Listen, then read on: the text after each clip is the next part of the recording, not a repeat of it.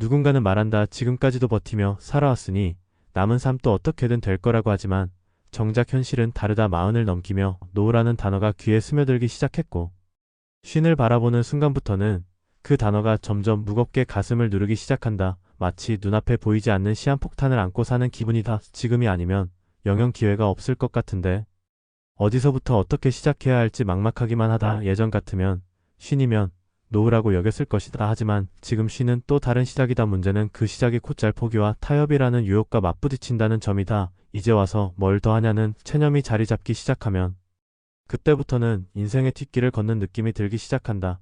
그러나 바로 그 지점에서 다시 한번 방향타를 잡는 이들이 있다. 지금 포기하면 평생 고생이라는 말을 삶으로 증명하며 반격을 시작한 이들이다. 첫 번째 사례는 부산에서 25년간 조선소에서 일하던 박모 씨 이야기다. 그는 정년을 3년 앞두고 명예퇴직을 권유받았다. 처음엔 허탈했지만 곧 냉정히 자신의 형편을 들여다보았다. 국민연금은 아직 개시도 되지 않았고 퇴직금은 자녀 결혼자금과 퇴출 상환으로 절반이 날아갔다. 무기력에 빠질 법도 했지만 박 씨는 주변의 배를 수리해주며 용돈벌이를 하던 경험을 떠올렸다. 그는 중고 장비를 들여와 간이 정비소를 차렸고 온라인 카페에서 중장년 대상 수리 워크숍을 열기 시작했다.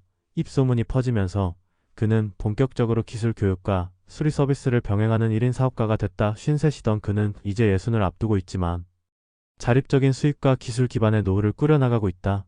그가 말한다. 50에 끝나는 인생이란 없다. 끝날 줄 알았던 그때가 나의 노후를 위한 준비 시점이었다고. 두 번째는 서울 강서구에 사는 김정아 씨의 사례다.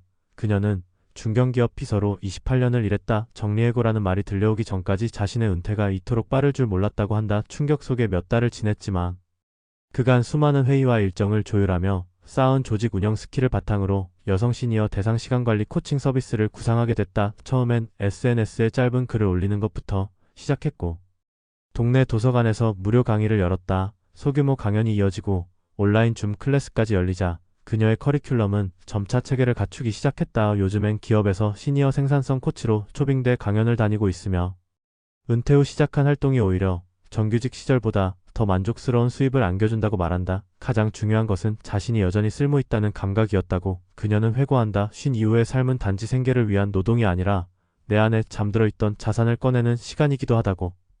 세 번째 사례는 전북 정읍에서 농사를 짓는 정영수 씨다.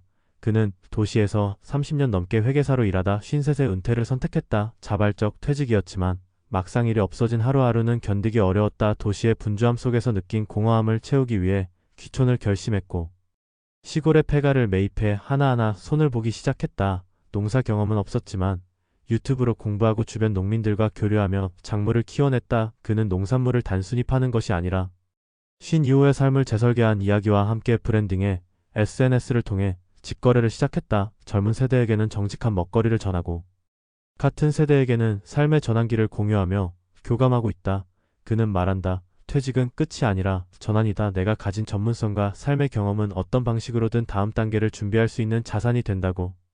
세 사람 모두에게 공통된 것은 퇴직이 인생의 추락이 아니라 반전의 지점이 되었다는 사실이다. 그리고 그 반전은 지금 포기하지 않겠다는 결심에서 출발했다.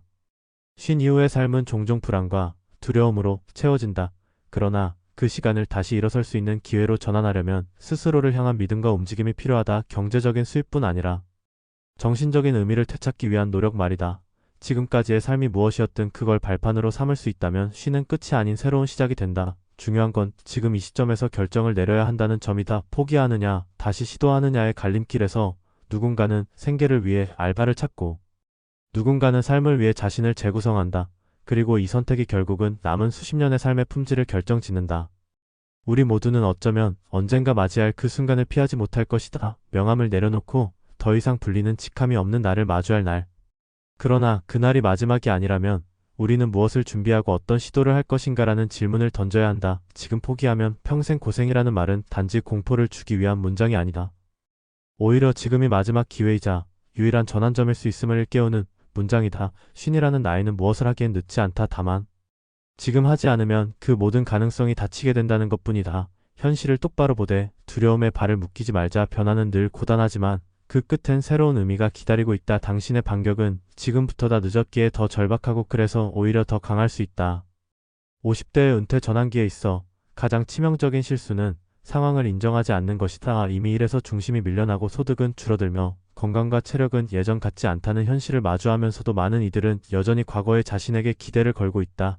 그러나 지금 필요한 건 과거의 연장선이 아니라 현재의 재구성이다. 반격이라는 단어는 단순히 힘을 되찾는 것을 의미하지 않는다. 방향을 다시 설정하고 삶의 구조를 재배열하며 현실을 통제 가능한 상태로 끌어오는 노력을 뜻한다. 지금의 50대는 과거의 50대와는 다르다.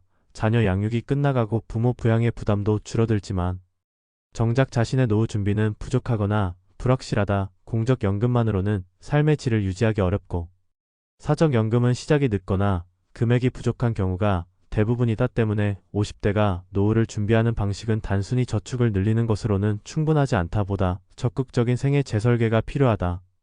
첫째로 경력의 확장을 고려해야 한다. 단절이 아닌 전환을 만들어내기 위해서는 기존의 경험과 역량을 새로운 영역에 적용하는 연습이 필요하다. 기술직이나 전문직에서 일했던 이들은 자신의 노하우를 바탕으로 프리랜서나 컨설턴트로 전환할 수 있고, 조직 경험이 많은 일반 사무직 종사자들은 시니어 멘토링이나 교육 콘텐츠 개발로 방향을 틀 수 있다. 중요한 것은 수입의 규모가 아니라 수입의 지속성과 독립성이다. 작은 규모라도 꾸준히 이어지는 수입원이 있고 자신의 시간과 생활을 스스로 설계할 수 있다면 그것이야말로 가장 안정적인 노후 대비다. 이를 위해 50대는 자신이 가진 역량의 범위를 명확히 인식하고 이를 확장하는 방향으로 학습과 실험을 병행해야 한다. 기존 경력을 유지하며 부업을 시작하거나 퇴직 전부터 커뮤니티 활동이나 네트워크를 통해 다양한 기회를 모색하는 것이 바람직하다. 둘째로 경제 구조를 바꾸는 것이 필요하다. 고정비를 줄이고 현금 흐름을 탄력적으로 조정할 수 있는 가계 구조로 전환하는 작업이다. 50대 이후에는 갑작스런 지출이 발생할 수 있는 일이 잦아지고 예기치 못한 건강 문제나 가족의 경제적 위기 등 변수도 커진다. 따라서 소비의 절제와 자산 운용의 효율화가 병행돼야 한다. 무리한 부동산 투자나 고위험 상품에 의존한 수익 추구는 지양해야 하며 오히려 생활비의 구조를 바꾸는 방식으로 접근하는 것이 현명하다. 예를 들어 은퇴 후 고정 지출이 되는 주거비나 통신비를 줄이는 전략, 재취업이나 소규모 사업을 통해 유입되는 수입에 비례한 소비 패턴의 조정, 자녀 지원의 명확한 선긋기 등이 포함된다. 한편 은퇴 이후에도 일정 수준의 투자 수익을 기대할 수 있도록 소액으로 분산된 자산 운용 전략을 세우는 것이 필요하며 이를 위해 금융상품에 대한 이해와 최소한의 공부는 필수다. 셋째로 심리적 구조의 전환이 가장 중요하다. 은퇴를 실패로 인식하거나 무능의 증표로 받아들이는 심리는 이후 삶의 모든 부분에 부정적인 그림자를 들이운다. 퇴직은 삶의 중심축이 바뀌는 자연스러운 흐름이며 그에 맞춰 자신을 재정의하는 것이 요구되는 시기다. 이를 위해 필요한 건 자존감의 회복과 새로운 정체성의 설정이다. 나이 든다는 것은 단순히 몸이 늙는 것이 아니라 역할이 바뀌는 과정이다. 이제는 생계를 위한 노동자가 아니라 삶의 가치를 나누는 존재가 되는 것이다.